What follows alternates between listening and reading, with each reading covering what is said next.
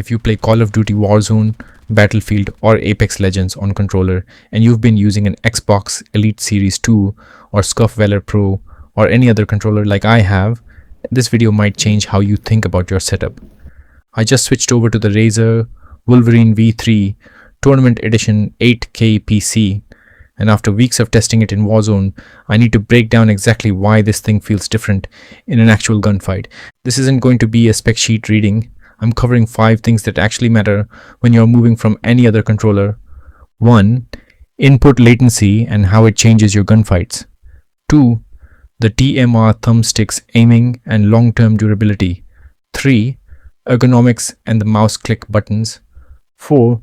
The extra paddles and mappable buttons for shortcuts. 5. The price and whether it's actually worth the jump from the Elite Series 2, Scuf Valor, or any power a controller in Xbox format. Let's get into it. Let's start with the biggest difference, the one you feel before you even understand why. The Wolverine V3 Tournament Edition runs on a native 8000 Hz polling rate. Most controllers, including the Elite Series 2, poll somewhere around 125 to 250 Hz over Bluetooth or Xbox Wireless. This controller sends its input signal to your PC 8000 times per second over a wired connection. Here's what that actually means in Warzone. When you hear a footstep and snap onto an enemy in a 1v1, every millisecond between your thumb moving and that movement registering on screen is input latency. Lower polling rate, more delay stacked on top of your natural reaction time. This controller strips almost all of that extra delay out. Razer pulled this hyper-polling tech straight from their competitive gaming mice, the same tech pro players use in CS2 and Valorant, and put it into a controller. And there's a second factor here that people don't talk about enough. This is a wired connection. The Elite Series 2 is wireless by default, and while Xbox Wireless is solid, it's still an extra hop compared to a direct wired signal. For competitive Warzone lobbies where gunfights are won by frames, that wired 8000 Hz connection is a genuine measurable edge, not just marketing. Now let's talk sticks, because if you're coming from a Elite Series 2, this is where you'll notice the biggest long-term difference. The Elite Series 2 uses adjustable tension potentiometer thumbsticks. They feel great when new, but potentiometers wear down mechanically over time. That's exactly why stick drift becomes a common complaint on normal Xbox or PlayStation controllers after months of heavy use. The Wolverine V3 8K PC uses TMR thumbsticks, torque magnetic resistance. These are magnetic sensors, a step beyond even Hall effect sticks with no physical contact wear. That means no drift over time even after hundreds of hours of grinding Warzone. For aiming specifically, TMR sticks give you a more linear, consistent response curve. Your input translates to on-screen movement more predictably, which matters a lot for tracking targets at range. And you get 2 swappable thumbstick cap types. Shorter cap for faster flicks, great for close range, aggressive slide cancel gameplay.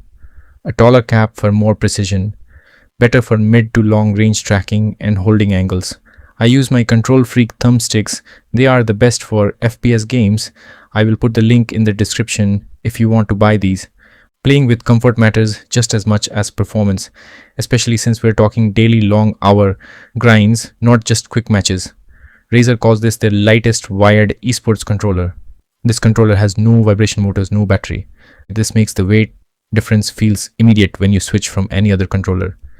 This controller does not even have a 3.5mm jack for headphone, which is hardly needed if this is a PC-only controller. The face buttons use Mecha-Tactile switches. They combine micro-switch speed with a rubber membrane's cushioned feel. That's a different feel from the Elite Series 2's standard membrane buttons. Snappier, faster actuation, still comfortable to mash. The Pro Hyper triggers are the standout here though. They function like actual mouse clicks, near instant actuation for rapid fire situations.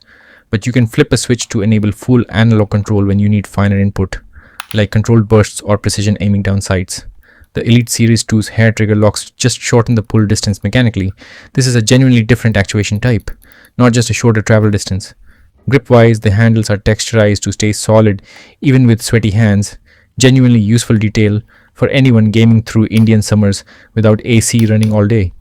If you're coming from Elite Series 2 for the paddles specifically, here's the direct comparison. Elite Series 2 gives you up to 4 paddles, 2 medium, 2 mini on the back. The Wolverine V3 Tournament Edition gives you 4 mouse click back paddles plus 2 claw grip bumpers. That's 6 total remappable buttons, 2 more than the Elite Series 2's paddle setup. These paddles use mouse click style actuation, same speed and snap you'd get on a Razer gaming mouse, so double tapping a paddle for slide jump shooting or crouch spam feels noticeably faster and more consistent than the Elite's pedals. Practically, this means you can map, jump, crouch, reload, and even a ping or text sprint shortcut without ever taking your thumbs off the sticks. In movement-heavy Warzone fights, especially with the new mobility meta, that's a paddles doing real work, not just sitting there for show. All of this is programmable through Razer Synapse 4. Remap any button, adjust thumbstick sensitivity, and save 4 onboard profiles so you can have separate configs for Warzone, Apex, and Battlefield without needing a companion app running every time. Now, the part you're probably most curious about if you're actually considering this switch: price. The Razer Wolverine V3 Tournament Edition 8K PC starts at $119.99. I bought this at 14,000 Indian rupees from Amazon. The Xbox Elite Series 2 has almost the same price right now on Amazon in India. Both the controllers are imported and have long lead time for delivery. Even though the Wolverine gives you a faster 8000 Hz wired connection, anti-drift TMR sticks, and 1 extra paddle button. Now, to be fair, the Elite Series 2 does have things the Wolverine V3 doesn't. It's wireless with roughly 40 hours of battery life, and it can come with a charging dock and carrying case with swappable D-pads in the box at a slightly higher price. The Wolverine Tournament Edition is wired only, so if you specifically need wireless for couch gaming or console play, that's a real trade-off to consider. Razer does sell a wireless version, the Wolverine V3 Pro. If that's a deal breaker, it can also run on your console. But the price of it is more than 2 times of the Tournament Edition or the Xbox Elite Series 2. But if you're playing competitively on PC only and you value input speed and long-term stick durability over wireless convenience, this Wolverine is cheaper and arguably better suited to the job at hand. So here's my honest take after switching from Elite Series 2 to the Wolverine V3. If input latency in fast FPS games like Warzone is your priority, the 8000 Hz wired connection alone justifies the switch. Add in drift-free TMR sticks, faster mouse click paddles, and a lower price tag, and for competitive PC play, this is a clear upgrade over the Elite Series 2 or your previous gen controller, as long as you're okay giving up wireless. If you mainly play on console and need the freedom of wireless, the Elite Series 2 still makes sense, but for serious PC Warzone grinding, I'm not going back. That's my full breakdown of the Razer Wolverine V3 Tournament Edition 8K PC and why I made the switch from Elite Series 2. If this helped you decide, drop a like, and if you want more in-depth gear breakdowns and daily Warzone content, subscribe to Neoprime. We're grinding every day. Make sure to catch me on my live streams. Let me know in the comments if you found this video helpful. See you in the next one. Peace out.